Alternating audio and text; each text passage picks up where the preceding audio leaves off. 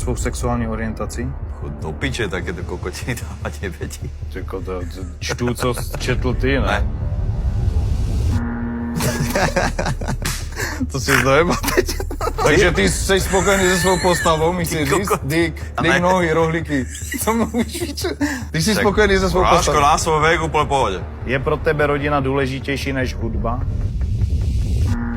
Zase ty vole. Práško, ja mám badu. Pozor. Jo, on je Slovák, víš? Ale ty si dal veľké pódium, to si nemal vypredané. A nejdeš do piče. To mám piči, brácho, úplne jebe ľuďom. Však co mě se ptáš na tohle?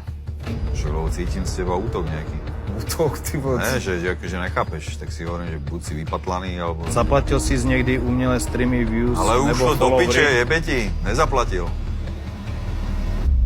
Iba skurvy si ničo nevedia, ty kokot prekusnú, že som 30 rokov, že tu stále drtím do piči, tak normálne si musia vymýšľať pičoviny, že som si to zaplatil.